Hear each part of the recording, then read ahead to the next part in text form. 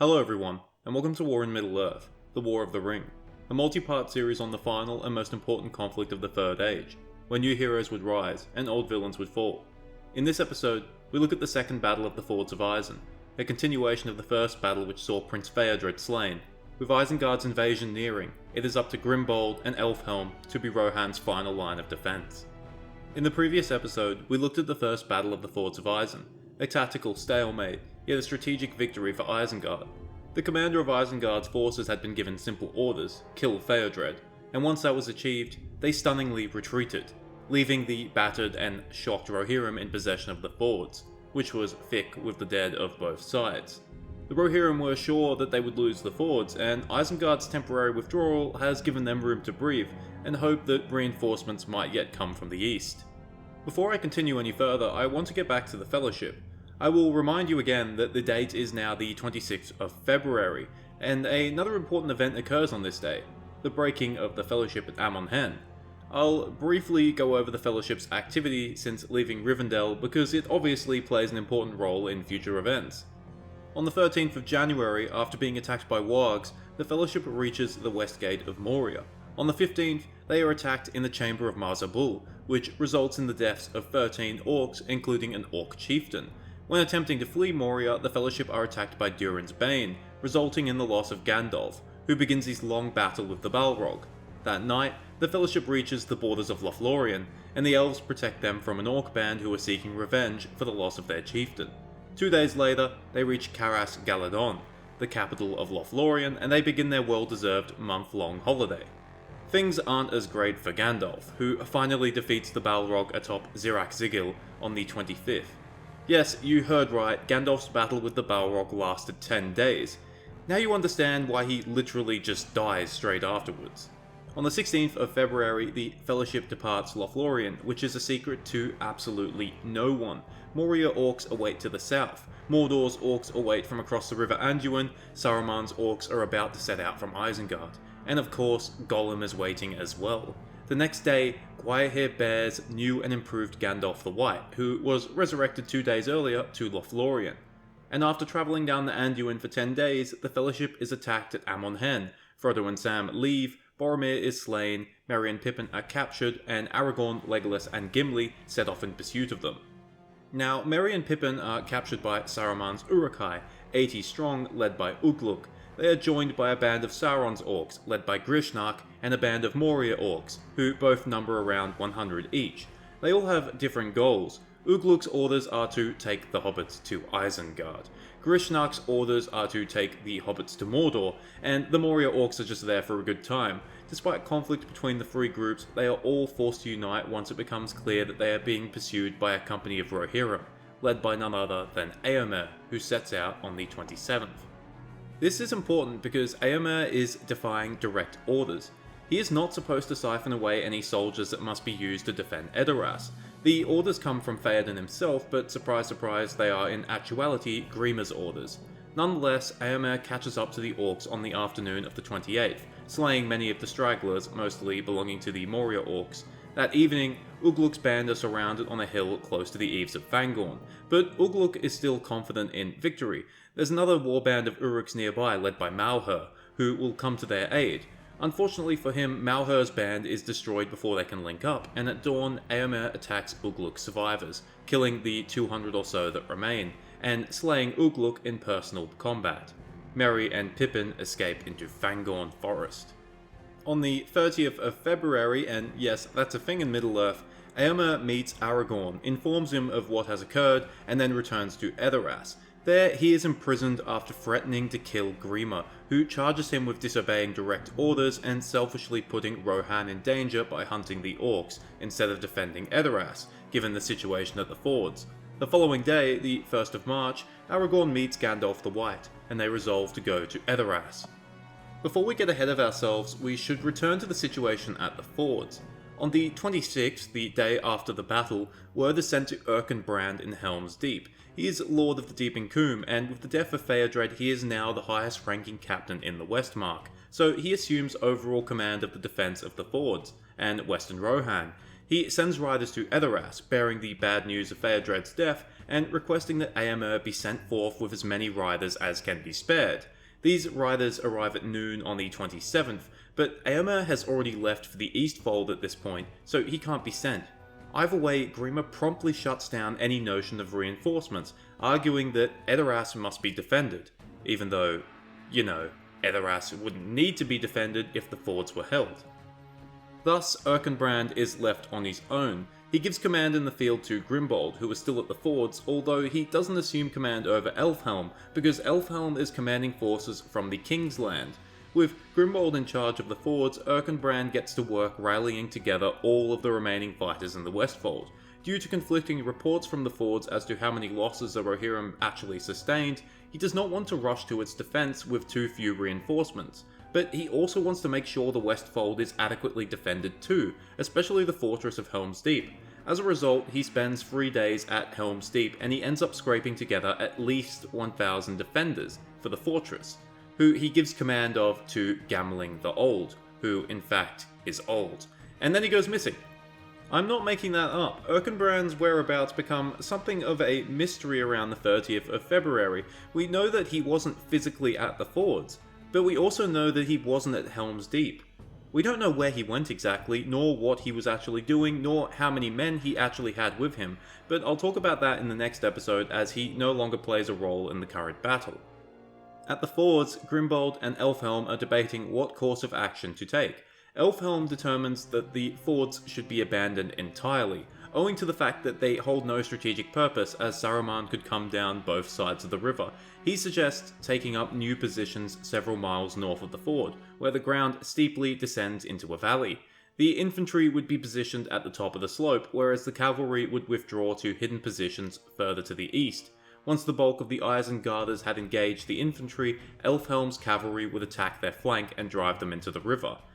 This isn't a bad plan, but it hinges on the belief that the bulk of Isengard's army would come down the eastern side of the river, and this is what Grimbold takes fault with. Grimbold believes that both sides of the ford should be held. Part of this is due to the Westfold military tradition, don't abandon the fords. But there's some rationality in there too. He believes that, much like Theodred discovered earlier, Saruman will not overplay his hand. Grimbold believes that Saruman's strategy will depend on what defensive strategy the Rohirrim adopt. He's worried that if he deploys his forces as Elfhelm recommends, Saruman will notice that the fords are not defended and will send his army down the western side of the river. He believes that, regardless of what side of the river Isengard's forces come down, they cannot progress into the Westfold while leaving an enemy force at the fords. In the end, the commanders compromise. Grimbold deploys the majority of his foot soldiers on the western side of the fords, where they build and man 2 earthen forts that guard the road. He stays on the eastern bank with what remains of Theodred's mounted soldiers, and he decides to leave the island in the centre unmanned.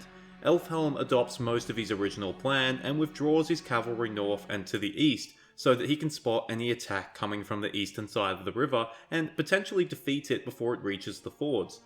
As for the numbers the Rohirrim command at this point, that number is unknown.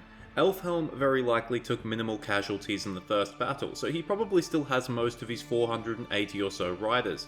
Grimbold's forces, formerly Theodred's, were much larger, nearing 2,000 strong, but sustained heavy casualties in the first battle. He probably only has around 1,000 men at this point, the rest having been killed or fled without returning.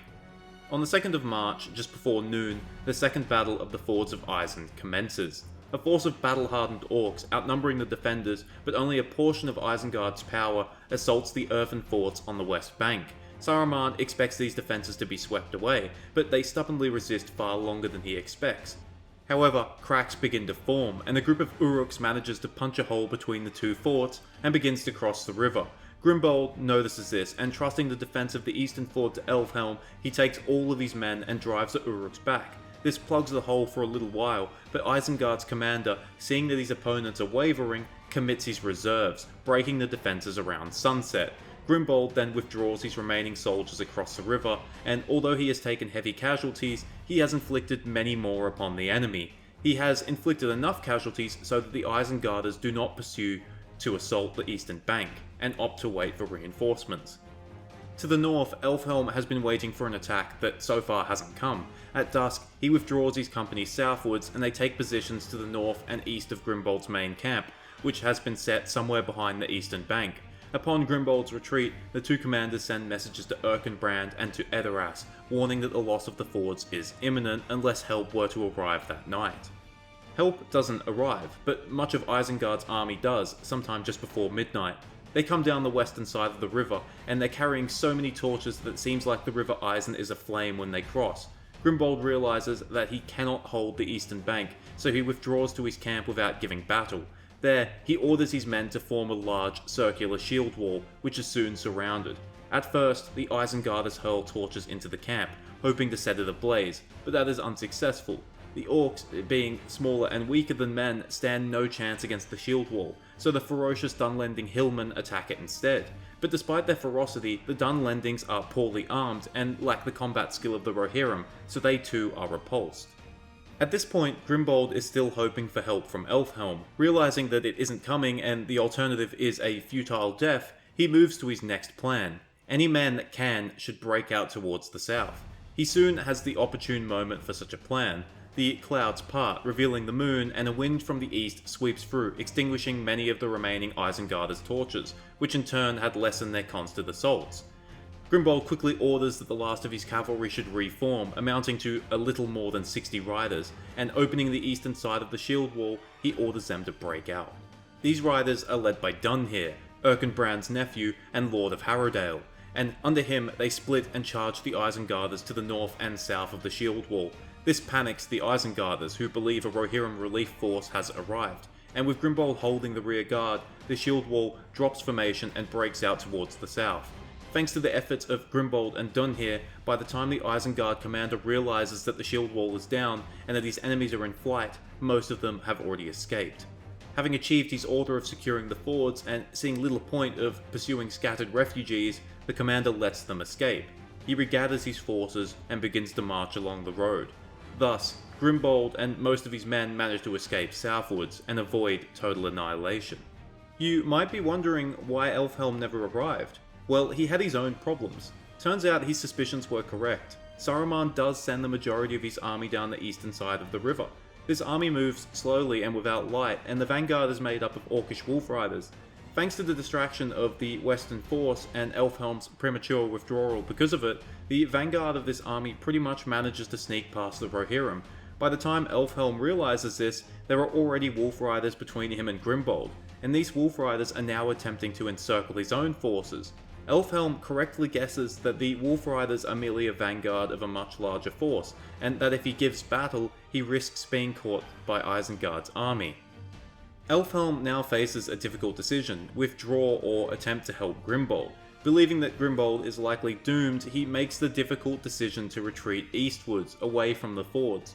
Although unknown to Elfhelm at the time, this ends up being the correct decision. Grimbold and most of his men do manage to escape, and live to fight another day. If Elfhelm had come to their aid, there's a good chance Grimbold would not have attempted to break out, meaning both captains and their forces might have been caught by Isengard's main army. From the Isengarder perspective, this is their second major victory. The fords are now theirs, meaning the road into the Westfold and the rest of Rohan is now completely open. With Theodred dead, Theoden comatose, Eomer imprisoned, and much of the Westmark's forces scattered or destroyed, who can now oppose them? And this is factual. The situation is that dire for the Rohirrim. Grimbold has fled south with the remnants of his soldiers cut off from the rest of Rohan. Elfhelm has retreated eastwards, his forces intact, but far too few to give battle to the Isengarders, and Erkenbrand's whereabouts are completely unknown. To the Rohirrim of the Westfold, the situation seems hopeless. Those that can flee to the Hornburg, Helm's Deep, yet even those strong walls will be hard-pressed to hold back Isengard's onslaught. But unknown to them, and unknown to Saruman, the tide is about to turn. Gandalf and Aragorn arrive in Edoras on the 2nd of March, the same day as the second battle at the Fords, and there they reveal Grima's treachery and heal King Theoden of his ailments. His mind clear, the poison removed, Theoden now realizes Rohan's grim situation, and he knows he must act immediately. Whether he can act soon enough to save Rohan remains to be clear. Theoden's recovery is not the only problem on Saruman's horizon. In Fangorn Forest, Merry and Pippin are about to be witness to something that has not occurred in many ages. Aware that they cannot ignore the world forever and sick of the damage done to their lands, the Ents decide to go to war. Isengard is their target, and although Isengard has strong walls, it needs defenders to man it, and it just so happens that most of these potential defenders are now marching across Rohan. The ones who remain have no idea of what is coming. Thank you for watching. I hope you enjoyed it, or at least found it interesting. As with the first battle, the second battle of the Fords of Isen can be read in the Unfinished Tales, and the direct aftermath occurs in none other than the Two Towers. I imagine everyone knows what is next, and I'm super excited to cover one of the most iconic battles in the fantasy genre, and hell, even in pop culture. Cheers, farewell, thanks again, and remember, you'll never be successful at Hearts of Iron if you let encircled enemies escape.